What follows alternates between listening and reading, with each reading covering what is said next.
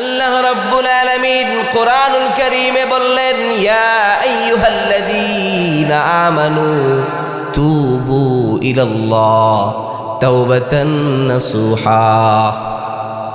হে ঈমানদারেরা, তোমার গুনাহগুলো যদি আসমান আর জমিনের ফাঁকা জায়গাগুলো ভরে যায়, তুমি যদি গুনাহ করতে করতে আসমান আর জমিনের ফাঁকা জায়গাগুলো পূরণ করেও ফেলো, তারপরেও যদি ক্ষমা চাও, যিনি ক্ষমা করতে পারেন তিনি কে?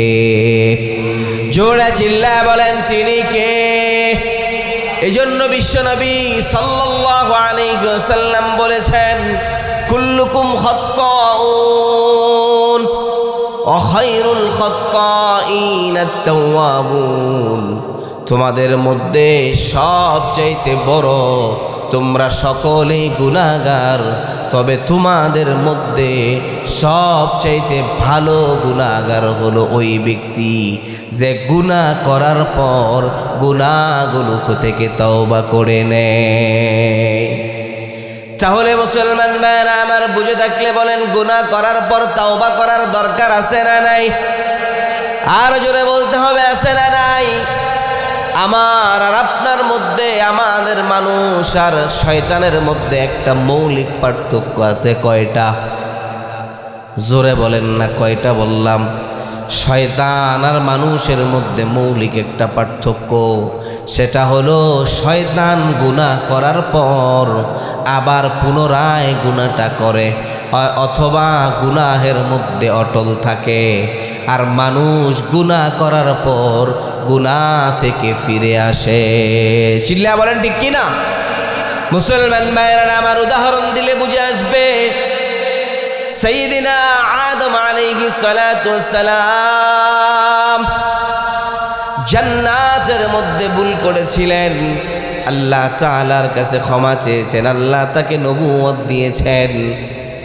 সাইয়্যিদিনা আদম আলাইহিস সালাতু ওয়াস সালামও ভুল করেছেন, ইবলিস শয়তানও ভুল করেছেন, কিন্তু দুইজনের সমান অপরাধ, দুইজনেই ভুল করেছেন।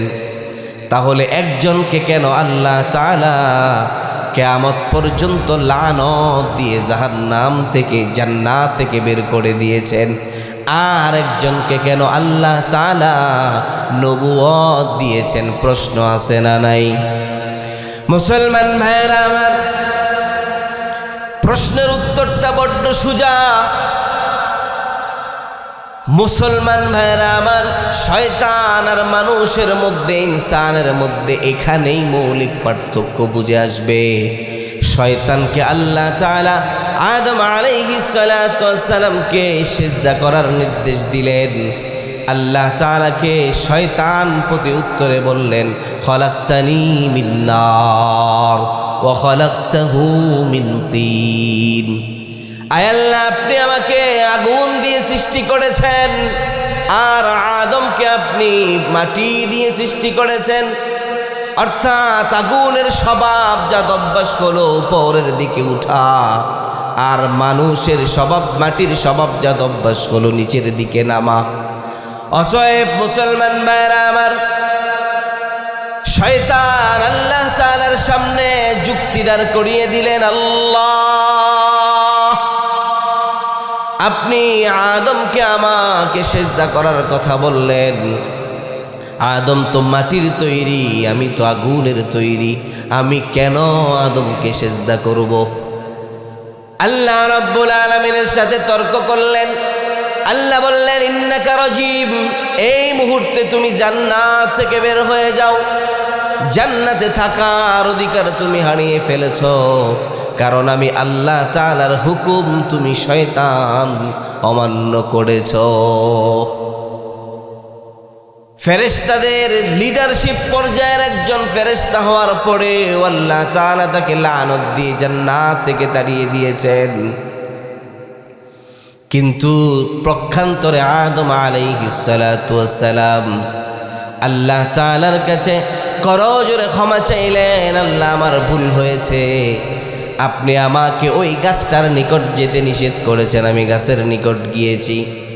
আমাকে আপনি ফল খেতে নিষেধ করেছেন, আমি ফলটা খেয়েছি। আল্লাহ, অপরাধ করেছি, গুনাহ করেছি।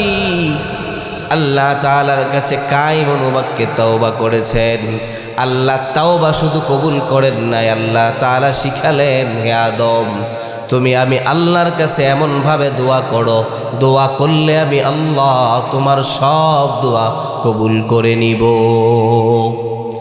আল্লাহ রাব্বুল আলামিন শিক্ষা দিলেন, রব্বানা ظلمنا أنفسنا وإن لم تغفر لنا وترحمنا لنكونن من الخاسرين الله أكبر মুসলমান ভাইরা আমার, আদম আলাইহিস সালাতু ওয়াস সালাম আল্লাহ রাব্বুল আলামিনের কাছে দোয়া করলেন, রব্বানা যালামনা, আয় আল্লাহ আমি আমার নফসের উপর জুলুম করেছি। আমরা এখানে যারা বসা, আমরা মনে হয় জীবনে কোনো দিন নফসের উপর জুলুম করি নাই, ঠিক কিনা? জুলুম করি, আমরা করি। আল্লাহ আমাদের জন্য 5 ওয়াক্ত নামাজ ফরজ করেছেন, পড়ি। তাহলে নফসের উপর জুলুম হয়েছে কি হয় নাই? আল্লাহ আমাদের জন্য রোজা ফরজ করেছেন, রোজাগুলো কি সঠিকভাবে রাখি? তাহলে নফসের উপর জুলুম হয়েছে কি হয় নাই? আল্লাহ আমাদের যাদের সম্পদ দিয়েছেন, আমাদের জন্য যাকাত ফরজ করেছেন, সঠিকভাবে কি যাকাতগুলো আদায় করি? তাহলে যাকাত যদি সঠিকভাবে আদায় না করি, নিজের নফসের উপর জুলুম হয়েছে কি হয় নাই? আল্লাহ আমাকে আপনাকে পরনারীর দিকে তাকাইতে নিষেধ করেছেন, আমরা কি তাকাই? তাহলে নিজের নফসের উপর জুলুম হয়েছে কি হয় নাই? আল্লাহ তাআলা আমাদেরকে সুদ খাইতে নিষেধ করেছেন, আমরা কি সুদ ছেড়েছি? তাহলে নিজের নফসের উপর জুলুম হয়েছে কি হয় নাই? আল্লাহ তাআলা ঘুষ খাইতে নিষেধ করেছেন, আমরা কি ঘুষ খাওয়া ছেড়ে দিয়েছি? তাহলে নিজের নফসের উপর জুলুম হয়েছে কি হয় নাই? আমরা সর্ব অবস্থায় আমরা আমাদের নফসের উপর জুলুম করেই যাচ্ছি। আল্লাহ আমাদেরকে এত পরিমাণ নাজ নিয়ামত দিলেন, আমরা কি তার নাজ নিয়ামতের শুকরিয়া সঠিকভাবে আদায় করছি? তাহলে আমরা কি আল্লাহ তাআলার আমার নফসের উপর জুলুম করেছি কি করলাম না? সর্ব অবস্থায় আমরা আমাদের নফসের উপর জুলুম করছি। তাহলে আমাদেরও আল্লাহর কাছে এই জুলুম থেকে পানা চাওয়ার দরকার আছে না নাই? চিল্লা বলেন, আছে না নাই? আমি কিন্তু একটা বিষয়ের উপরে আলোচনা করি। আমি এখন এখান থেকে 5 মিনিট এটা বললাম, ওইখান থেকে 5 মিনিট এটা বললাম, এরকমটা আমার পছন্দ না। কারণ আমি শ্রোতাদের জন্য আলোচনা করি। আপনারা যদি আমার আলোচনায় 2-4টা পরিবর্তন না আনতে পারেন, কিছু বাসায় নিয়ে যেতে না পারেন, এমন আলোচনা করে লাভ আছে? বলেন না, লাভ আছে? এই জন্য আপনারা হয়তো বুঝতেছেন আমি যেই দিকে আমার আলোচনা নিয়ে যাচ্ছি। মুসলমান ভাইয়েরা আমার, আমাদের গুনাহ হয়ে যাওয়ার পর তওবা করার দরকার আছে না নাই? জোরে বলেন না, আছে না নাই? মুসলমান ভাইয়েরা আমার, সাইয়েদিনা আদম আলাইহিস সালাতু ওয়াস সালাম কে আল্লাহ তাআলা শিক্ষা দিলেন, রব্বানা যালামনা আনফুসানা ওয়া ইন লাম তাগফির লানা ওয়া তারহামনা লানাকুনান্না মিনাল খাসিরিন। আদম আলাইহিস সালাতু ওয়াস সালাম আল্লাহ রাব্বুল আলামিন কে বললেন, আল্লাহ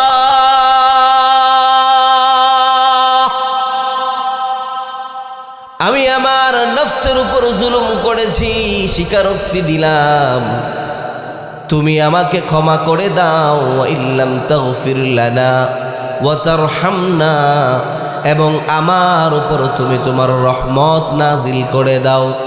লানাকুনান্না মিনাল খাসিরিন, যদি তুমি তোমার রহমত নাজিল না করো, নিশ্চয় আমি আদম ক্ষতিগ্রস্তদের অন্তর্ভুক্ত হয়ে যাব। চিল্লায় বলেন ঠিক কিনা? মুসলমান ভাইরা আমার, এই জন্য অপরাধ করার পর অপরাধের স্বীকারোক্তি দেওয়ার দরকার আছে না নাই? আরো জোরে চিল্লায় বলেন আছে না নাই? নাকি আপনারাও 17 বছর জুলুম করার পরেও বলবেন আমার কি অপরাধ আমি জানি না? এরকম কথা বলেন?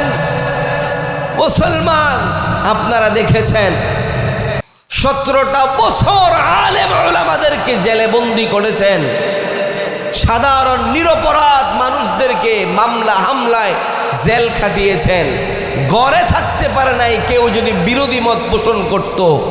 এই লোকটাও 17 বছর পর এসে যদি বলে আমার কি অপরাধ আমি বুঝি না, এর চাইতে কপাল পোড়া আর কেউ আছে? জোরে বলেন না আছে? শয়তান আর মানুষের মধ্যে মৌলিক যেই পার্থক্যটা আপনাদেরকে বুঝালাম, এটা হলো অপরাধ করার পর অপরাধের স্বীকৃতি দেওয়ার দরকার আছে না নাই? জোরে বলেন আছে না নাই? শয়তান একমাত্র তার অপরাধের স্বীকৃতি দেয় না। অতএব আমরা বলি যারা 17টা বছর মানুষকে অন্যায় আর জুলুমের জাতাকলে পিষ্ট করেছে, তারা যদি বলে যে আমার অপরাধটা কি খুঁজে পাই না, তাহলে তার এবং শয়তানের মাঝে কোনো পার্থক্য নাই। চিল্লায় বলেন ঠিক কিনা? আপনারা দেখেছেন যারাই এই শোষণ জুলুমের বিরুদ্ধে কথা বলেছে তাদেরকেই টুটি চিপে ধরা হয়েছে, যারা আধিপত্যবাদের বিরুদ্ধে কথা বলেছে তাদেরকেই কোনো না কোনোভাবে গুম করা হয়েছে, হত্যা করা হয়েছে। এই জন্য মুসলমান ভাইরা আমার, আমাদের জন্য উচিত হলো গুনাহ হয়ে যাবে, এটা অত্যন্ত স্বাভাবিক বিষয়। আপনি আমি যদি গুনাহ না করতাম, আল্লাহ রব্বুল আলামিন আমার আপনার জায়গায় অন্য একটা জাতি তৈরি করে দিতেন। আল্লাহ রব্বুল আলামিন গুনাহ ক্ষমা করতে বড্ড ভালোবাসেন। এই জন্য বিশ্বনবী সাল্লাল্লাহু আলাইহি ওয়াসাল্লাম আমাদেরকে শিখিয়েছেন আল্লাহ রব্বুল আলামিনের কাছে দোয়া করতে। যখন আমরা দোয়া করব এইভাবে যে আল্লাহ আমরা অত্যন্ত দুর্বল, আমার দ্বারা গুনাহ হয়ে যায়, আমি গুনাহ করতে ভালোবাসি আর আপনি গুনাহ মাফ করতে ভালোবাসেন। অতএব আমরা জীবনে যত গুনাহ করেছি আমাদের গুনাহগুলো ক্ষমা করে দিন। এইভাবে ক্ষমা চাইলে যিনি আমাদের সব গুনাহ মাফ করে দিবেন তিনি কে? আর জোরে বলতে হবে তিনি কে? এই জন্য আল্লাহ রাব্বুল আলামিন কোরআনুল কারীমের 39 নম্বর সূরা, সূরা জুমারের 53 নম্বর আয়াতে আল্লাহ রাব্বুল আলামিন চমৎকার ভাবে জানিয়ে দিয়েছেন, কুল ইয়া ইবাদিয়াল্লাযীনা আসরাফু আলা আনফুসিহিম লা তাকনাতু মির রাহমাতিল্লাহ। আল্লাহু আকবার। মুসলমান ভাইরা আমার, আল্লাহ রাব্বুল আলামিন এই আয়াতেও বলেছেন কুল ইয়া ইবাদিয়াল্লাযীনা আসরাফু আলা আনফুসিহিম, হে ঈমানদারেরা যদি তোমরা তোমাদের নফসের উপর জুলুম করে ফেলো, আমি আল্লাহ তাআলার কাছে তওবা করো, আর তোমার গুনাহগুলি যদি হয় খালের পানির সমান, জেনে রেখো আমি আল্লাহর দয়া এবং রহমত হলো সমুদ্রের পানির সমান। তোমার গুনাহগুলো যদি হয় সমুদ্রের পানির সমান, জেনে রেখো আমি আল্লাহর দয়া হলো আসমানের সমান।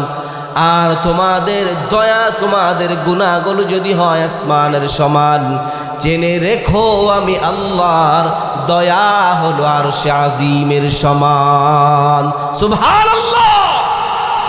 এজন্য মুসলমান ভাইরা আমার, আমরা যদি ছোট্ট করে বলি আল্লাহ তাআলার আরশটা কত বড় জানেননি?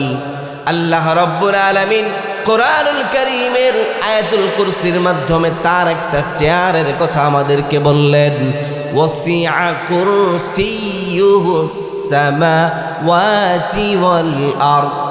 আল্লাহ রাব্বুল আলামিন বললেন বান্দা জানো নাকি আমি আল্লাহ এমন একটা চেয়ারের মধ্যে বসি যেই চেয়ারটা আসমান আর জমিনটাকে পরিব্যাপ্ত করে রেখেছে। তাহলে এবার বুঝে থাকলে বলুন, একটা চেয়ার যদি হয় আসমান আর জমিনের চাইতে বড়, আল্লাহ তাআলার আরশটা কত বড় হবে বলি সুবহানাল্লাহ। তো আল্লাহ বলেন তোমার গুনাহ যদি এই গোটা জগৎটার সমান হয়, আসমান জমিন সমুদ্রের বালিকণা সমান, সমুদ্রের পানির সমান, সমুদ্রের ফেনা সমান যদি তোমার গুনাহ হয় বান্দা, আমি আল্লাহর কাছে শুধু একবার বলো আস্তাগফিরুল্লাহ, আমি আল্লাহ তোমার জীবনের সব গুনাহ মাফ করে দিব সুবহানাল্লাহ। তাহলে এমন মালিক পাওয়ার পর আমাদেরকে গুনাহ রেখে কবরে যাওয়ার কোনো সুযোগ আছে? বলেন না একটু, গুনাহ রেখে কবরে যাওয়ার সুযোগ আছে? আপনি গুনাহ করবেন এটা স্বাভাবিক বিষয়, আপনি গুনাহ করবেন এটা আপনার জন্য স্বাভাবিক। শয়তান আমাকে আপনাকে ধোঁকা দিবে, এটা শয়তানের জন্য স্বাভাবিক। আবার আল্লাহ তাআলা আমাদেরকে গুনাহ করার পর মাপ চাইলে ক্ষমা করবেন, এটা আল্লাহর জন্য স্বাভাবিক। চিল্লায় বলেন না সুবহানাল্লাহ। এজন্য মুসলমান ভাইরা আমার, আল্লাহ রাব্বুল আলামিন কোরআনুল কারীমের 39 নম্বর সূরা জুমারের 53 নম্বর আয়াতের শেষাংশে আল্লাহ বলেছেন, ইন্নাল্লাহা ইয়াগফিরুদ যুনুবা জামিআ। বান্দা তোমার যত গুনাহ হোক না কেন, তুমি ফজর ছেড়ে দিয়েছো, কোনো সমস্যা নাই, আমি আল্লাহ তাআলার কাছে ক্ষমা চাও, জোহরে উপস্থিত হও, ফজরের গুনাহ আমি আল্লাহ ক্ষমা করে দিব। জোহর ছেড়ে দিয়েছ, সমস্যা নাই, আসরে উপস্থিত হও, আমি আল্লাহ তাআলার কাছে তওবা করে ফিরে এসো, আমি আল্লাহ আজ জোহর ছেড়ে দেওয়ার গুনাহটাও ক্ষমা করে দিব। আসর ছেড়ে দিয়েছ, সমস্যা নাই, আমি আল্লাহর কাছে মাগরিবে শরীক হয়ে ক্ষমা চাও, আমি আল্লাহ পিছনের 3 ওয়াক্তের গুনাহ মাফ করে দিব। তুমি আসরও ছেড়েছ, মাগরিবও ছেড়েছ, এশায় আমি আল্লাহ তাআলার কাছে উপস্থিত হও আর ক্ষমা চাও, আমি আল্লাহ তোমাদেরকে ক্ষমা করে দিব। এশায় শরীক হতে পারলে না, এবার আল্লাহ রাব্বুল আলামিন তাহাজ্জুদের সময় সপ্তম আকাশে এসে আমাদের জন্য ডাকতে থাকেন, আলা মিন মুস্তাগফিরিন ফাগফির লাহ। তোমাদের মধ্যে কে আছো যার ক্ষমার প্রয়োজন, আমি আল্লাহ তাআলার কাছে চাও, আমি আল্লাহ তোমাদের জীবনের সব গুনাহ ক্ষমা করে দিব। সুবহানাল্লাহ। আরে জোরে বলেন না সুবহানাল্লাহ। এমন মালিক পেয়েছেন আপনি, কেমন মালিক পেয়েছেন আপনি, আপনার সকাল থেকে সন্ধ্যা পর্যন্ত গোটা সময়টা শুধু গুনাহ আর গুনাহ। আপনি শুধু দিল থেকে একবার বললেন আল্লাহ অপরাধ হয়ে গেছে, বুঝি নাই, আল্লাহ তুমি তো দুর্বল করে বানিয়েছো। শয়তান সব সময় ধোঁকা দেয়। আল্লাহ আমি তোমার কুদরতি পায়ে লুটিয়ে পড়ে সিজদায় পড়ে দোয়া চাই, আল্লাহ আমার ভুল হয়েছে, ক্ষমা করে দাও। আল্লাহ সমস্ত গুনাহ ক্ষমা করে দেওয়ার ওয়াদা দিয়েছেন, বলি না সুবহানাল্লাহ। আরো একটু জোরে বলেন না সুবহানাল্লাহ।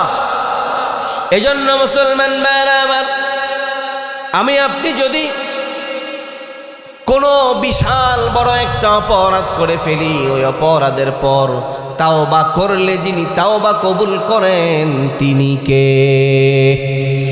আর জোরে বলতে হবে তিনি কে? ছোট্ট একটা ঘটনা বলি, আল্লাহ কত বড় গুনাহ হওয়ার পরেও ক্ষমা চাইলে ক্ষমা করে দেন, বুঝে আসবে। মদিনার একজন যুবক ছিল যার পেশা ছিল কাফনের কাপড় চুরি করা। অর্থাৎ মদিনার এক যুবক কাফনের কাপড় চুরি করত, কাফন চোর ছিল। একদিন এক মাইয়িতকে কবরে রাখা হলো। কবরে রাখার পর তার কাছে খবর এলো ওই মদিনার অমুক গ্রামে একজন মাইয়িতকে কবরে দেওয়া হয়েছে, সে হলো মহিলা। ওই যুবক যুবক ওই মাইয়েতের কাফনের কাপড় চুরি করার জন্য গেলেন, গিয়ে দেখলেন ওই মাইয়েত অত্যন্ত সুশ্রী। আপনাদের এদিকেও যখন মানুষকে কবরে রাখে মাথার সাইডে যেই বাঁধনটা দেয়, এটা কবরে রাখলে খুলে দেয় কি দেয় না?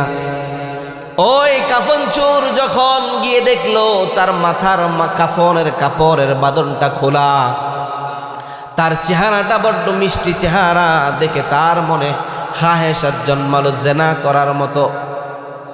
জেনা করার জন্য তার মনের মধ্যে প্ররোচনা আসলো।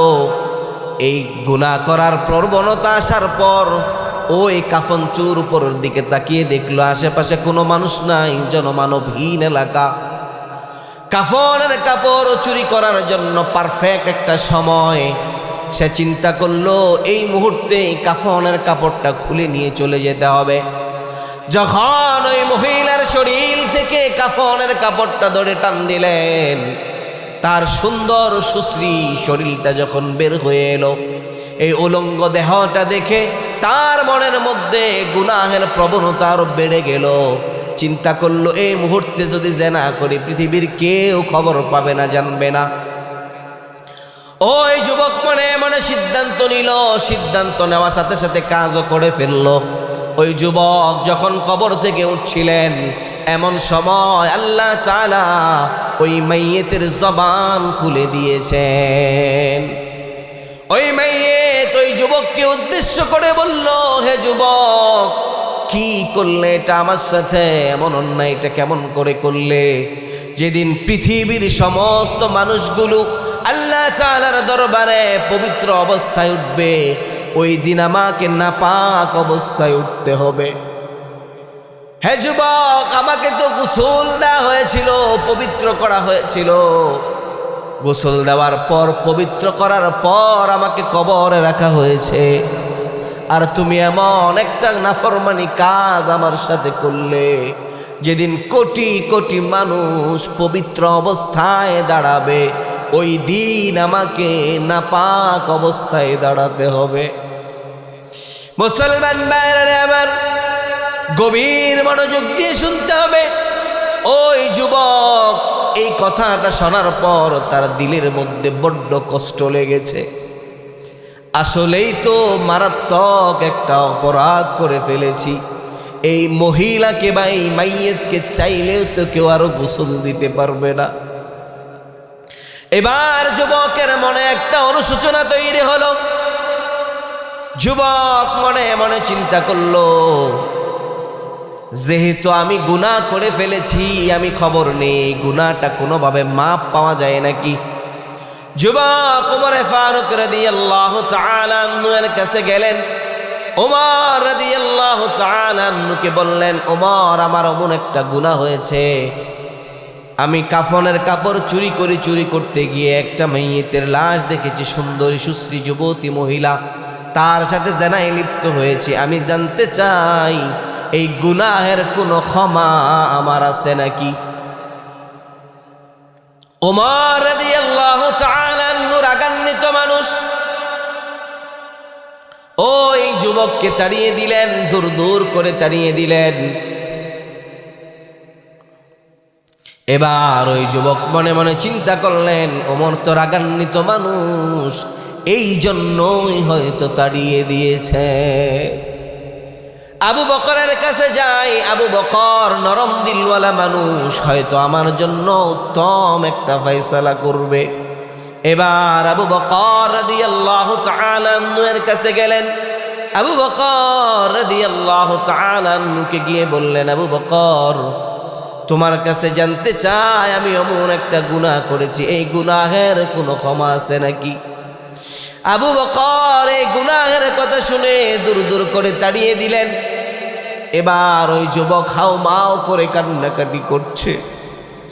সাহাবায়ে কেরাম রাদিয়াল্লাহু তাআলা আনহুম ওই যুবককে পরামর্শ দিলেন, হে যুবক,